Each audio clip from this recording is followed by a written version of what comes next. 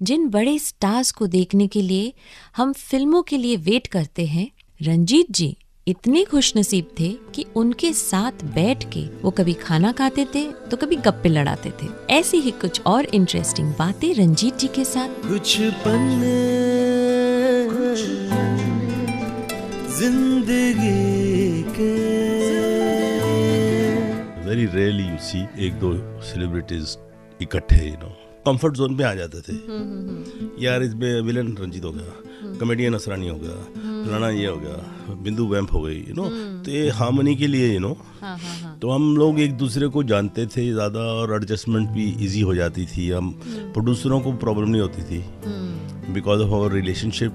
बोल देते यार रंजीत तो कर देना, कैसे भी कर देना, यार तो प्रोड्यूसर को कहने की जरूरत नहीं पड़ती थी।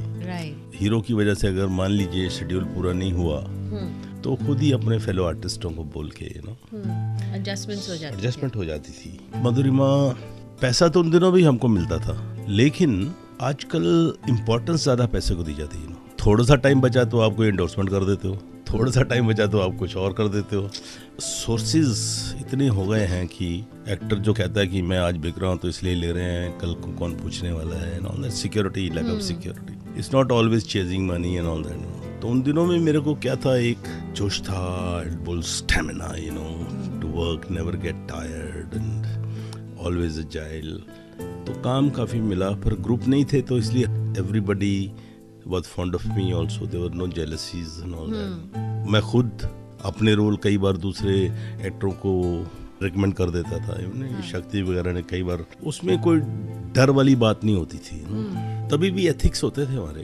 ये शोले पिक्चर में Danny and me were working together in धर्मात्मा। अच्छा। वी बोथ वर इन अफगानिस्तान। तो मेरा शेड्यूल जल्दी ख़त्म हो गया तो मैं वापस आ गया, लेकिन अफगानिस्तान से डैनी नहीं आ सका और फिरोज खान ने उसे बोला भाई देखो उधर 3-4 पहले तो मालूम नहीं था शोले हिट हो गई या फ्लॉप हो गई, तो कुछ पता नहीं होता ना किसी को। 3 हीरो हैं, धर्मेंद्र है, अमिताभ है, संजीव कुमार है, तो उसमें तुमको क्या मिलेगा and all that kind of stuff. और मैं तुमको हेमा मालिनी के सामने गाना दे रहा हूँ, ये धर्मात्मा में था, डैनी का अच्छा रोल था, तो ही कुड नॉट कम। मैंने पर उसका एड दिखा था, स्क्रीन एक बड़ा पेपर आता था, respected paper. So I remembered कि Danny's this thing had come and Danny's doing a role in Sholay.